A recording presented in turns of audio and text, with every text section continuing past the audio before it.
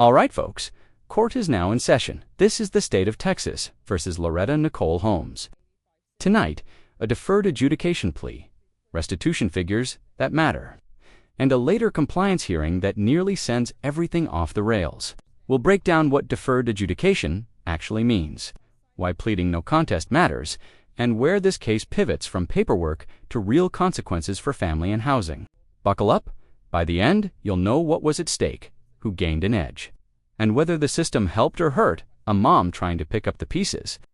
Court is calling 2024 CR 2336, State of Texas versus Loretta Nicole Holmes. Could I have parties announced for the record? For the state? Defense? Greg Desmarais. Are you Miss Holmes? All right, you're gonna need to speak up so the court reporter can hear. Did you review the document entitled Application for Community Supervision or Deferred Adjudication with your attorney? Yes, ma'am. Did you understand it? Yes, ma'am. Did you sign it? Yes, ma'am. Counsel, have you received all the discovery? I have, Judge. Have you reviewed it with your client? Yes, ma'am. Court will find that the state is in compliance with discovery. Ms. Holmes, did you review the document entitled True Bill of Indictment with your attorney? Yes, ma'am. Did you understand it? Yes, ma'am. Counsel, do you waive the reading of the indictment? We do, Your Honor. State, are you proceeding on the indictment as presented? Did you review the document entitled Court Admonishments and Defendant's Waivers and Affidavit of Admonitions with your attorney? Did you understand it? Did you sign it in all the appropriate places? Yes, ma'am. Did you understand you're charged with injury to the elderly, bodily injury? This is a pivotal line. Injury to the elderly, third-degree felony, 2 to 10 years, and up to a $10,000 fine. That's the legal gravity here. Important legal quick take. Deferred adjudication is not a conviction today, but it's fragile. It's a conditional reprieve. The defendant keeps rights. She waived jury, cross-examination, live testimony. Those go away when she accepts the plea. Why does that matter? Because later, if supervision conditions are violated, the court can convert the deferred adjudication into a formal conviction and impose the full statutory sentence.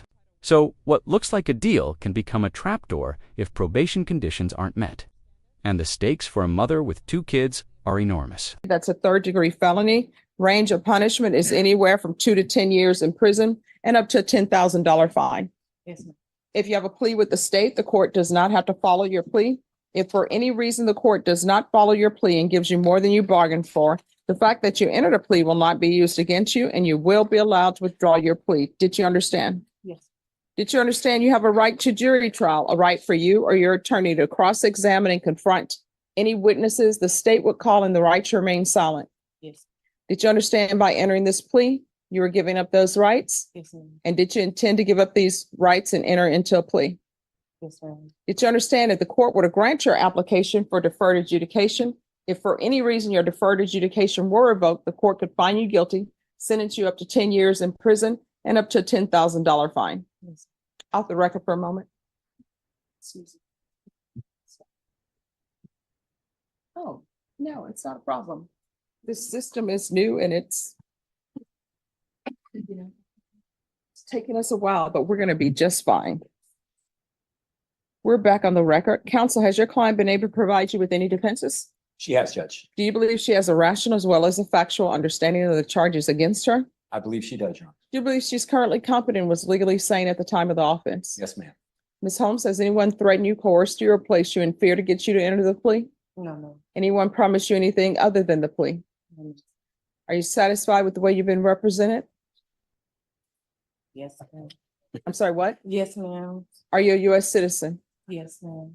Court will find that defendant has knowingly and voluntarily waived her right to jury trial. Did you review the plea bargain page with your attorney? Did you understand it? Yes, ma'am. According to the plea, state is recommending deferred adjudication. They're taking in consideration 2023 C. Pause here. Restitution of $3,700.85. That's concrete money tied to the victim's loss, and it's part of the bargain. The transcript also shows a waiver of appeal. She's limited to challenging only pretrial, written motions that were heard and ruled on. Translation, there's almost no practical appellate safety net, and the court explicitly warns it doesn't have to follow the state's recommendations. So even if the defense and state agree to deferred adjudication and a 2-year term, the judge could impose different conditions. That makes it critical that defense counsel negotiates enforceable terms and that the defendant fully understands the if revoked exposure up to 10 years behind bars. This is the crux of informed plea strategy. PR 8418, and there's to be restitution of $3,700.85 to John Ripley. Did you understand that to be the plea? Yes, ma'am. Defense? Yes, Your Honor. State? It is, Your Honor. Did you review the waiver of appeal paragraph with your attorney? Did you understand it? Did you sign it in both places? Yes, ma'am. Did you understand by signing that you're waiving your right to appeal? The only items that can be appealed are written pretrial motions that have been filed, heard, and ruled upon by the court. Did you understand? Yes, ma'am. Counsel, are there any such motions? No, Your Honor. Outside the agreement, the state is requesting that your community supervision be for a term of 2 years. There be a TAP evaluation, 150 hours community service restitution, no contact with John Ripley or Feather Point Road, San Antonio, Texas, 78233. Did you understand those are recommendations from the state and the court does not have to follow those recommendations? Yes. Then to the offenses charge, how do you plea? No contest. State, any evidence? No objection, Your Honor. And state, have you conferred or spoken to the complainant? Yes. All right, thank you. You may be excused. Did you review the document entitled Waiving Consent to Stipulation of Testimony and Stipulations with your attorney? Did you Yes. understand it? Yes, ma'am. Did you sign it in all the appropriate places? Yes. Again, did you understand you have a right to jury trial, a right for you or your attorney to cross-examine and confront any witnesses the state would call in the right to remain silent? Yes. Did you understand that today the state will be presenting evidence in the form of witnesses' statements and police reports? But most importantly, there'll be no live testimony. Did you understand? Court will find that defendant has knowingly and voluntarily waived and consented to stipulation of testimony and stipulations. Court will accept into evidence states exhibits 1 and attachments, and the court will review the same. After reviewing states exhibits 1 and attachments, the court will find there's sufficient evidence to find you guilty. Court will defer finding of guilt as you've applied for deferred adjudication. Are you proceeding with sentencing? Yes, Your Honor. Anything you wish to say on behalf of your client? Yes, Your Honor. My client has obviously, since this case occurred back in July of 22, she's obviously stayed out of trouble, Your Honor. She's been to court. She is going to school. She's becoming a business, but nevertheless. Esthetician. Currently she works as an esthetician, which is my understanding is skincare. And that's what she does for a living, but she's also going back to school to get her degree in business administration. She has 2 children, a 15-year-old, a 17-year-old that she takes care of. And this is a difficult case, obviously, for her judge. This is a true no contest plea, and this is what she believes is in her best interest. She wants to get off probation as soon as possible, do everything she can, Your Honor. So we just ask you to grant this and get closure on this. All right, so Ms. Holmes, you understand when people ask you to leave their property, whether you think you're being evicted legally or not, it's always best to leave and then just handle things civilly. So if this were a case where you didn't think you were being evicted properly, all you had to do was, you know what? I'm going to file a civil case. And it appears that it is not a civil case that would be filed in district court based upon what the amount is. So you would just go to one of the JP courts and you just file it. And there are plenty of people who file that every day. And that's how you solve that, as opposed to coming here. Now you have all of these extra fees and you have this. You understand? Yes, ma'am. So, of course, I always have to ask this question. The piercings underneath the lip, were those painful? No, ma'am. I Okay. didn't get them at the same time either. I got them over a period of time. So what order did you get them? What was the first one? I had got this one, I was like 16, Mhm. and I got this one, I was like 19, and then I just got this one, and it just compliments when I smile. Oh, okay. I'm always wondering. And the tattoos, what are the symbols for those? It's really not too much no symbols, butterflies, music symbol. I play the piano, Oh, wow. Bible verses. I grew up in the church. See, I always wanted to play the piano. And I was going to take it as an elective in college because everybody's like, it's an easy elective. Okay, I'm in a class that's supposed to be for beginners. Everybody in there had a piano at their home and had been playing forever. They were truly taking it as, yes. I couldn't even answer because our professor would say, in order to answer the roll call, you had to play the note he wanted you to play. I'm like, yeah, I'm out of Drop here. that class. I dropped it, but I dropped it before they were going to give me a W. There you go. I saw the writing on the wall before the end of the week. I was like, no. Judge, as you know, YouTube that want to learn piano, YouTube will teach you immediately. All right, we're gonna see. Well, don't put professors out of business. All right, so you're currently Sentenced to 2 years deferred adjudication. Note how the judge layers modern probation terms, Zoom reporting, and random UAs. That's a practical shift in probation enforcement. Remote compliance shows up a lot in post-pandemic courts, but it's still strict. Important for viewers, remote reporting does not mean looser supervision. UAs, GPS, and monthly field visits remain enforceable. Also, the judge's condition that community service hours might be waived with proof of academic progress is a real carrot, but it's conditional and requires regular, verifiable evidence like semester grades. Bottom line, the court is balancing rehabilitation, education, and employment with tight monitoring. Failed to document progress and the deferred status rapidly becomes precarious. employed. Okay, so this is what the court is going to do. The court is going to sentence you to 2 years deferred adjudication. Take in consideration 2023 CR 8418 and state, do you have that?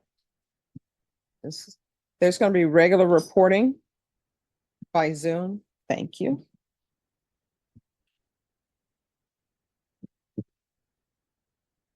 On the person. Thank you. There's going to be regular random UAs.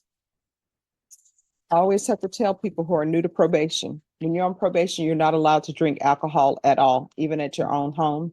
You're not allowed to do marijuana even at your own home, because what that's going to result in is that going to result in a positive UA. And people think these are my rules. These are the rules that the legislatures have put in place.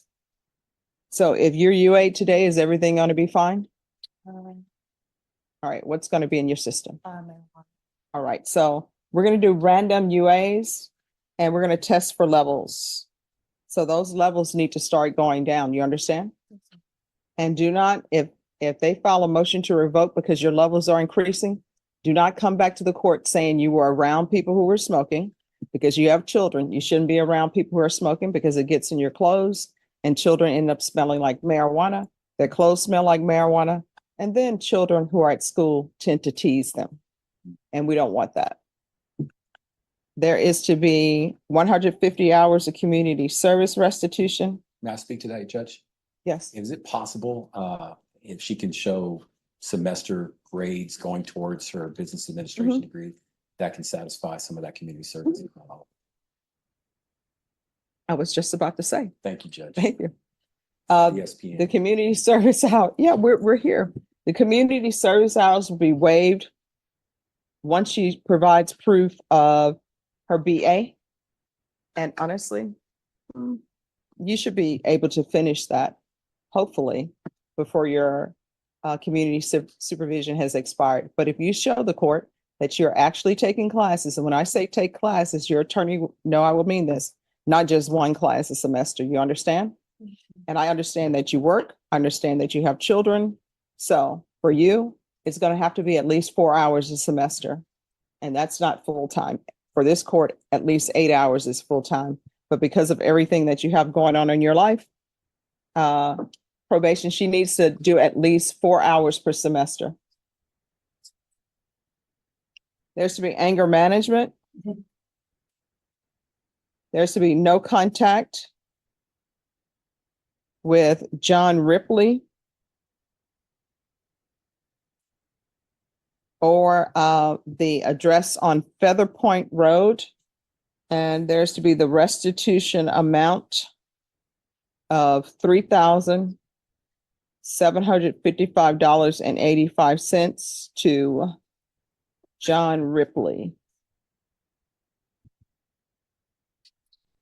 And there's to be field visits 1 time per month for 2 months. Probation, is there anything else? Thank you. Proof of employment within 30 days.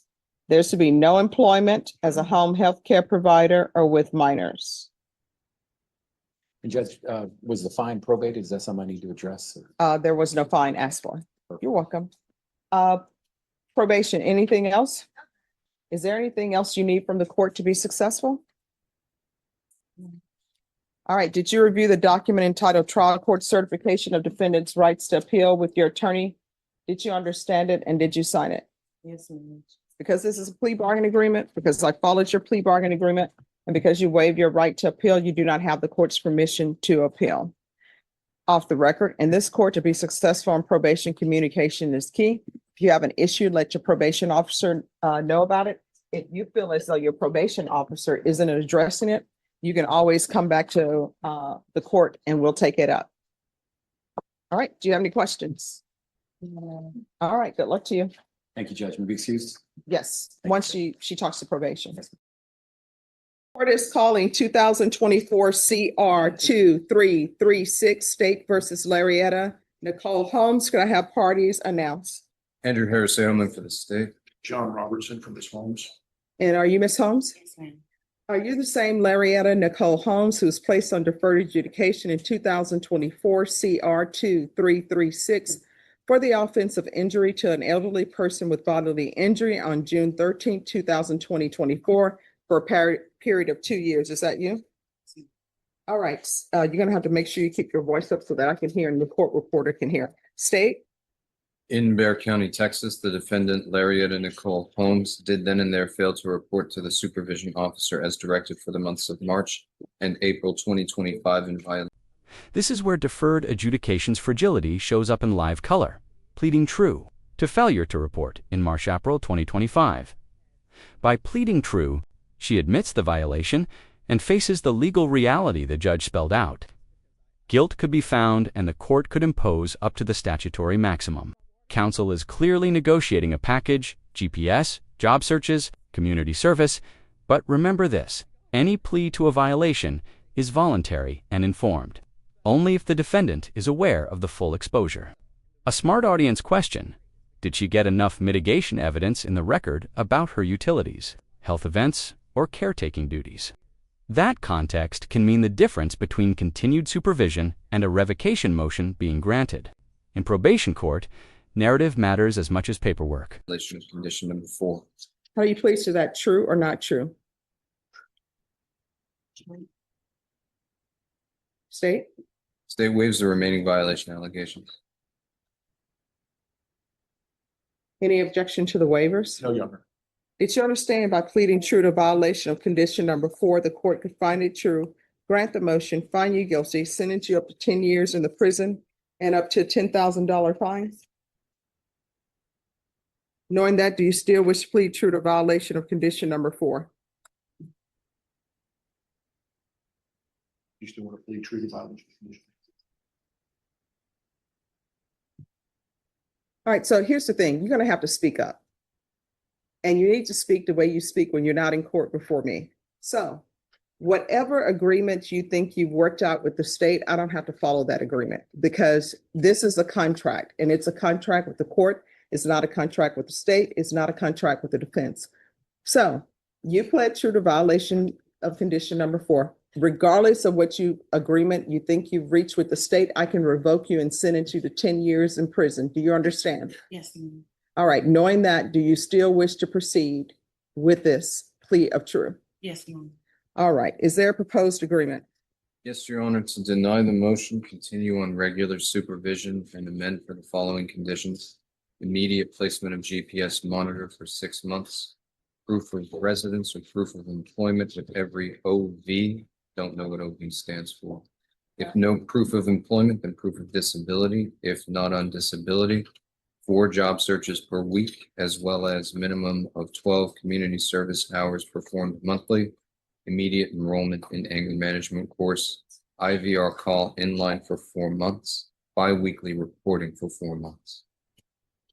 All right, so here's my question. You want to raise your right hand for me, please?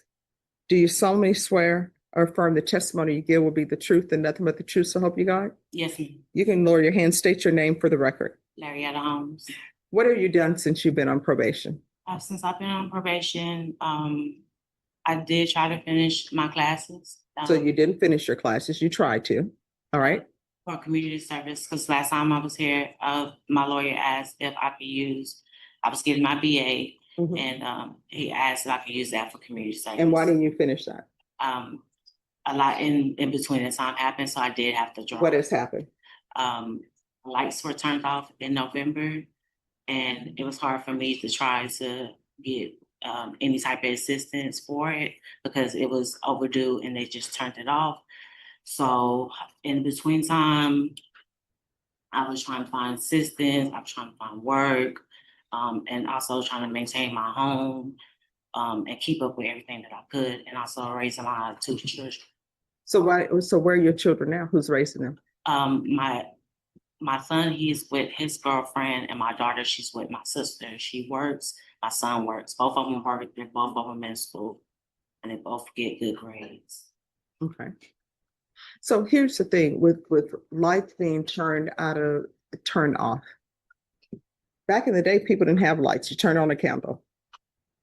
And people always assume that where people are in their station in life is always where they've been. Like they never had financial problems or things haven't. I've had my lights turned off before.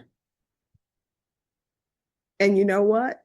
My mom and my grandmother would always say, hey, whatever you do, make sure that you have if you're living in an apartment, make sure that's paid.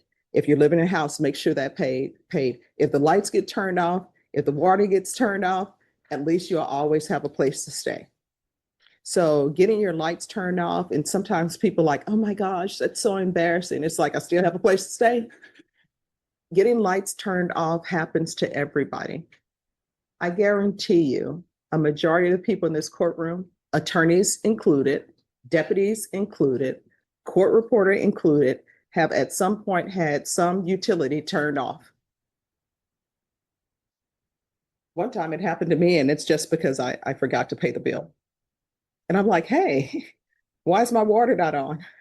And they said, Stephanie, Sauce came out and turned it off. I'm like, oh my gosh, I forgot to pay my bill. And they came out and turned it back on, of course. But that's nothing to be embarrassed about. So, and the reason why I'm telling you this story is because you have to reach out to probation and tell them what's going on in your life. Otherwise, you could go to prison for 10 years. Yes. And then who's going to be taking care of your children? Mm-hmm.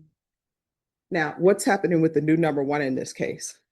Judge, I can elaborate on that. That is an allegation based on a voicemail that was left with the landlord. I received a copy of the police report. The landlord sent a copy to the court, and that was forwarded to me by Norma. They took a police report based on a voicemail. And last time I looked, a voicemail doesn't rise to a Class C threat.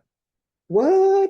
So anyway, that'll have to be sorted out. I think that's obviously one of the reasons why we're not going on that today. But all right. So what's happening with this number one? that's a municipal court problem. Okay. So All right. Probation. What is your recommendation? Judge, the court summary, according to the sentence summary, is exactly what Mr. Edelman states. All right. So why were you not reporting? That's the easiest thing, to pick up the phone. I was communicating with my probation officer. I was Not in March and April. I was in March and April. I did. I even got kind of scared because he wasn't responding back to me. He never did tell me to come in. Everything that I was going through, far as dealing with the landlord and also dealing with housing, and my life still being not connected, I was communicating with him.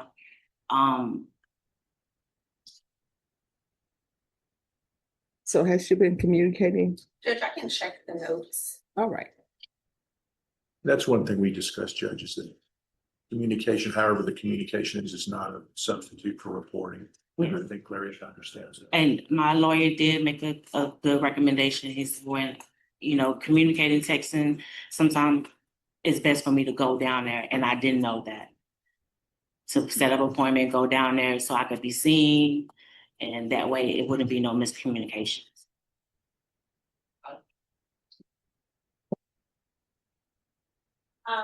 Judge. Lots of office visit in the system indicates February 28th and 2025. There was a text message sent out with an appointment scheduled in March. I don't see anything indicating there was a phone call with the that was just the officer and the same for April judge. There were also system text messages reminding his phones, you know, you need to pay your fees. There's some batch emails that went out for services. The judge's monologue about turned-off utilities and problem-solving isn't just courtroom theater, it's judicial framing of responsibility. Two key legal realities here. One, probation officers have limited powers. They supervise conditions. They aren't social workers. To courts, expect proactive communication, but communication alone doesn't replace required reporting. The judge repeatedly emphasizes respect, accountability, and anger management, not incidental comments, but factors that shape the court's risk assessment. For viewers, this is a classic tension between structural hardship, lost utilities, no transport, and personal responsibility. The court is saying, hardship is sympathetic, but probation is a conditional contract. Non-compliance combined with hostile conduct can swiftly trigger revocation. That's what the judge is warning about. All right. This is her first motion to revoke. I'm going to tell you something I'm going to tell you right now. Number one, when your utilities are disconnected, that's nobody's fault but your own. If my utilities get disconnected because I forgot to pay, that's not their fault. It's not the utility company, it's my fault. Your emergency is not somebody else's priority unless they want to make it their priority. And when you have a landlord and part of your contract with your landlord is you pay rent and you pay utilities, when utilities get cut off, that means that you didn't pay them, or maybe the utility company made a mistake. If the utility company made a mistake, then they will come out and correct it. Now with CPS Energy, if they do that, they can turn it on immediately because they've switched out everybody's meter where they can operate it from in office. But when your utilities are cut off, one thing you do not do is on your own try to cut them back on or tamper with meters or anything of that nature. Do you understand? I would never do that. I don't want to. No, okay, here's the thing. Don't say that because that's what's in the police reports and everything. And the other thing is, it is clear from the court, based upon what you're on probation for, that you do have an anger issue. And it appears from the court that you don't know how to address your angers when things don't go your way other than lashing out at other people. That is going to stop. Otherwise, you're looking at 10 years in prison. Then the 10 years in prison, you can try and lash your anger out at other inmates. And you know what's going to end up happening? Somebody at the prison, somebody at the jail is going to be badder than you. And they're going to unleash anger on you. So if you don't want that to happen, then you had better change your ways. And this bullying thing that maybe you're doing with people that are older than you because you're on deferred adjudication for injury to the elderly, that's going to stop.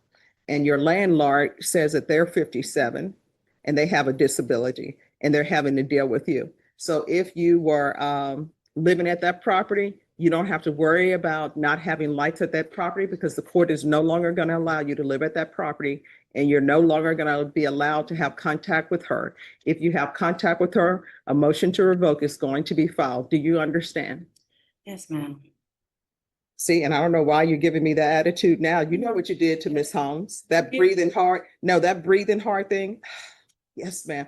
Yeah, that's not going to be tolerated here. Do you understand? Yes, ma'am. It's time for you to start showing respect to people, whether you think they're worthy of it or not, because you're landlord. Whether you think they're worthy of it or not, you need to show respect to them because you're living on their property in their house and they can take that away. Do you understand? Yes, ma'am. And you need to start behaving differently so that your children will know the proper way to communicate. and it's not through violence. Do you understand? Yes, All right, so you're going to start. Here, the court pivots to active remediation, GPS monitoring, full-time employment required within 45 days, biweekly reporting, mandatory anger management, no contact with the victim, and strict UA compliance.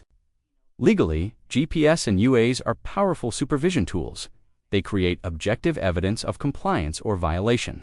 Note the employment definition, minus 40 hours a week, and the court's willingness to require 2 jobs if necessary. That's a high bar for someone recovering from eviction, property loss, and interrupted schooling. Also, probation terms like no home health care, employment, aim to reduce risk to vulnerable populations, but can also limit job opportunities. For the defense, the strategic move is to document everything. Job applications, class enrollment, intake receipts for programs because paper beats disputed memory in a compliance hearing. Completing the conditions of your probation immediately. And when you are released, if you don't start enrolling in these programs and completing them, a motion to revoke is going to be filed. Do you understand? yes, ma'am. All right, the court will deny the motion. Alternate amend conditions to the following. Need to get items, you'll need to have someone other than yourself go over there and go with the police escort to retrieve your items. You are not allowed to call her or have third parties call her or have third parties contact her, other than that one time when that person goes to the location, if you have items there and they need to go there with the police escort. Do you understand? Yes, ma'am.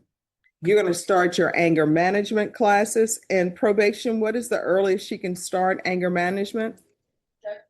Give her 30 days. All right, anger management class are to begin within 30 days. Do you have a disability? No, ma'am. All right, she doesn't have a disability, so there needs to be there's no proof of disability needed. You're going to need to get a job. That's how people make it in this world. Nobody's depending on somebody else to pay their bills. You're going to get a job. And if you need to get 2 jobs to make a full-time job, then that's what you're going to need to do. So I'm going to require a full-time job. And for the court, full-time employment means at least 40 hours a week. If you want to get 2 part-time jobs, 20 hours each, that's fine, but you're going to work, and there are plenty of places for you to find employment. But sometimes people think certain employment is beneath them. No employment is beneath you, because we all need doctors. We all need people who are going to pick the fruit. We all need people who are going to work at HEB or work the fries at McDonald's. There's no shame in that. It's a legitimate job. So proof of full-time employment within 45 days. And GPS, probation, do you want GPS? Yes, sir. All right, there's to be GPS, waive fees. Do you want full-time GPS tracking? What do you want?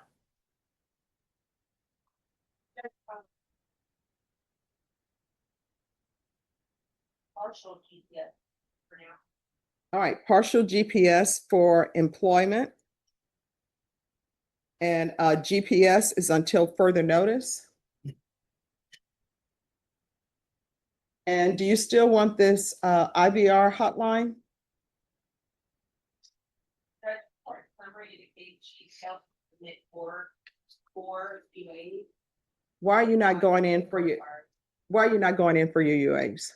To my knowledge, I only felt one that was in. Why are you missing one? Because when you miss one, you could go to prison for 10 years.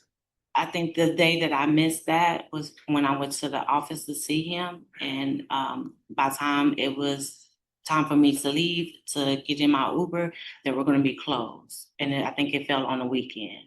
All right, probation, do you still want the IVR hotline? Monthly UA, sir. All right, monthly UAs. You're not to miss a single UA. Do you understand? Yes, ma'am. Probation, is there anything else? All right, bi-weekly reporting for 4 months. Is there anything else you need from the court in order to be successful? All right, you better do better. Otherwise, you're looking at going to prison for potentially 10 years. from here on out, we can go off the record, from here on out, anything that you do, you need to ask yourself before you do it, is this something that could result in me potentially going to prison for 10 years? If the answer is yes, don't do it unless you want to potentially go to prison for 10 years. If your answer is, well, maybe it could, don't do it because you could potentially go to prison for 10 years. Do you understand? Yes. All right, good luck to you. Thank you, Thank you. counsel.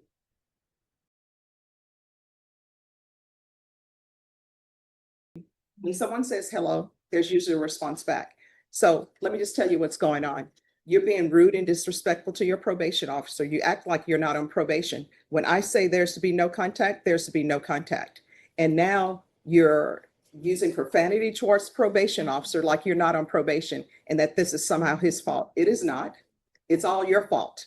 You're here because you're on deferred adjudication for injuring someone who's an elderly person. That's why you're here. You're not on probation because he placed you on probation. You're not on probation because he committed a crime and you're taking the time for him. You're here because of your actions and you're acting as though none of this is your fault. This is all your fault, 100%. I'm not acting like none of it's my fault, and I take accountability for what I've done. No, you have not taken accountability. Did you take accountability for using profanity towards him? No, I didn't. And I don't know why people think that when you're in a situation where you should be using logic to find what are using your cognitive skills to decide how I'm going to proceed with this, instead you go after your probation officer. And the probation officer, let's be honest, every defense attorney will tell you a probation officer holds your life in their hands because you know what? Let's say you're supposed to report to probation at 9 a.m. and you end up reporting at 9:05. Guess what? You have not reported at 9 a.m. A probation officer can say, hey, that's a no report. But sometimes they may take sympathy on you and say, I realize what's going on. They're here, but they don't have to do that. Yes. And you using profanity towards a probation officer is not helping your case at all. And I understand that. And the reason why I did, and I didn't, I just said the F word because he called me a liar. And when I didn't lie to him about any situation that was going on, I sent them all the information from my legal aid lawyer. I sent them everything. He even gave me his personal number for me to contact him.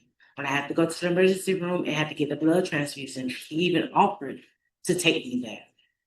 He called. This is not your blood. This is not about your blood. I know it's not about my blood, but it's he basically, when I went to go see him, he was telling me that I lied to him, which I never lied to him about anything. No. This starts with you wanting to go to a location where I said you are not allowed to have contact. That's where all of this came up. Then everything snowballs into something else. Yes, ma'am. And I did exactly what you told me to. I didn't go to that location.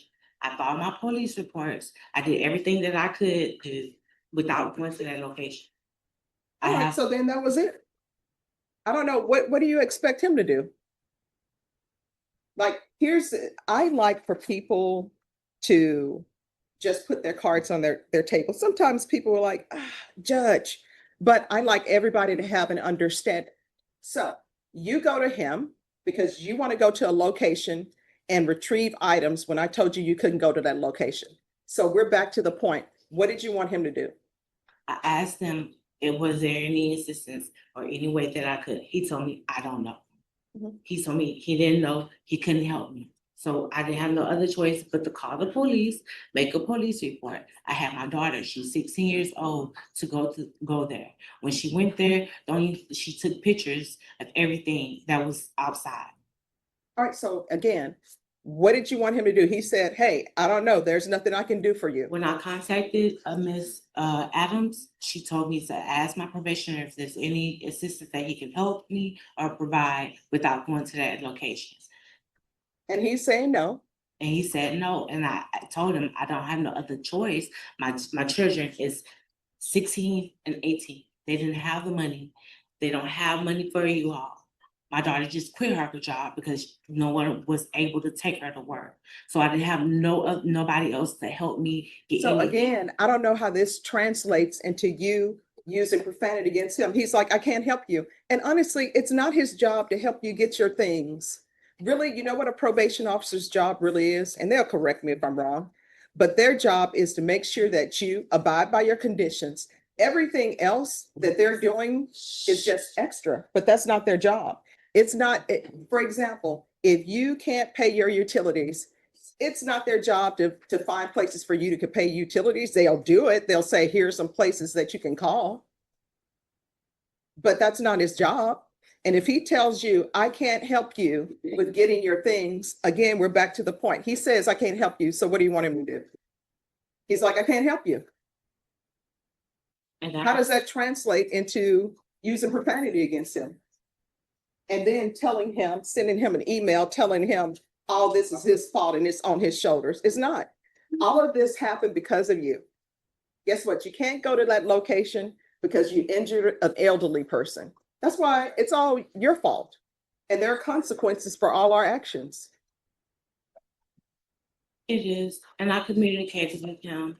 I told him everything. I sent every case number. I even sent him my legal aid information. I sent everything. I tried to do everything the right way before it even went out of hand. But see, here's what you don't understand, and you're not internalizing what I'm saying. He is telling you, I can't help you with that. And you still keep going back to him. He's already told you, I can't help you with that. Giving him numbers to your legal aid, giving him numbers to this person saying, we're trying to help her get her things.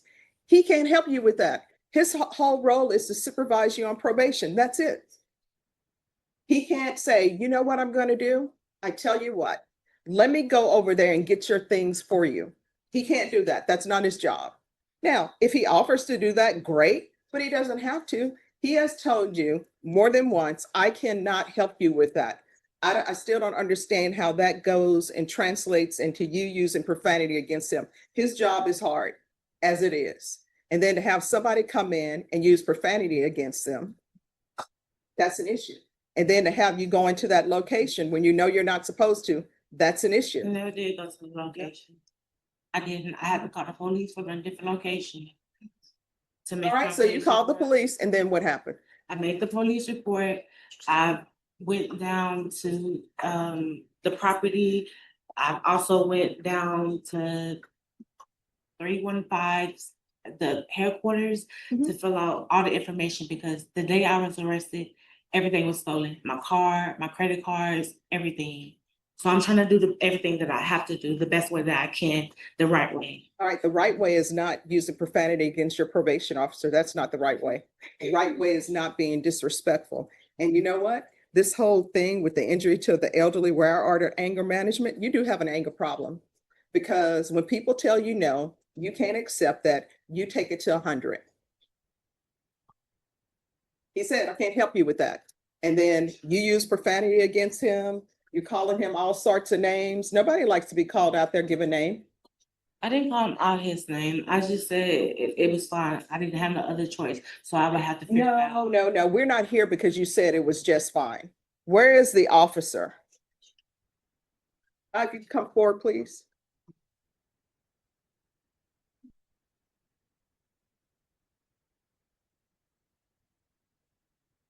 Ma'am, stand on this side. All right, so you're Officer Wolf? Yes, ma'am. All right, so let me ask you a question. Are you able to go to her former location and get her items for her? No, No, ma'am. that's your answer, no. Are you able to file a police report for her so she can get her items? No, ma'am. So he can't do that. So what do you want from him? I have to do it on my own. So if there's nothing he can help me with, then that's Well, see, that's the thing. Now, when you're before me and you're looking at potentially going to prison, now you're like, oh, well, he can't help me with that. He's told you that. Be an adult, solve your own problems. This is supposed to be problem solving. That's why you're on probation, for anger management issues, because you can't problem solve. I don't know, maybe you never were taught to problem solve, but if he's telling you, no, he can't do that, that's not in his job description, then there's no need to use profanity against him. He's told you, I can't do it. Judge, if I could Yes. speak for a minute. Throughout my time working with Ms. Holmes, it's been pretty apparent that she has a pattern of not taking responsibility or accountability for her behavior. This last incident just kind of made it painfully obvious how there's a deeper issue Mhm. There's a heart issue. Until she can get her heart right, this pattern of behavior is going to continue for her throughout her life. Mhm. And she's going to continue to be a danger to herself, to the community, to her victim, everybody. She needs to get her heart right and realize that choices and actions have consequences, good and bad, unintended and unintended, anticipated, unanticipated. And until she gets her heart right and realizes that, this is just going to continue. All right. Thank you so much. And thank you for coming down. Yes, ma'am. So you're going to have to start using your cognitive skills and your problem solving. That's it. When somebody tells you they can't do something, then they can't do it. If somebody tells you, no, I can't take you to the grocery store today, figure it out. He is not really responsible for anything outside of his job description. If he does something outside of his job description, that's just probation officers being nice. And I understand that, but why would you offer to try to help me when I'm asking for some type of help, and then you tell me you can't help me? Yeah, he said no. Let me just tell you, here's a perfect example. And I've been in situations where people have told me no. And my thing is, I want you to not send me place to place. If the answer is no, just tell me no and I'll figure it out. He told you no. If I ask him right now, like for example, I had to rush here this morning because I don't like being late. And I was filling in for somebody else on another matter. And guess what? My tank is at a fourth. I don't like it being at a fourth. Now, would somebody go, excuse me, could you go and put gas in my car for me? They're going to say no. Now, what do I do with that? Do I use profanity against him? How dare you not go put gas in my car? He's just told me no. So guess what? As an adult, I got to figure it out. That's it. You got to figure it out.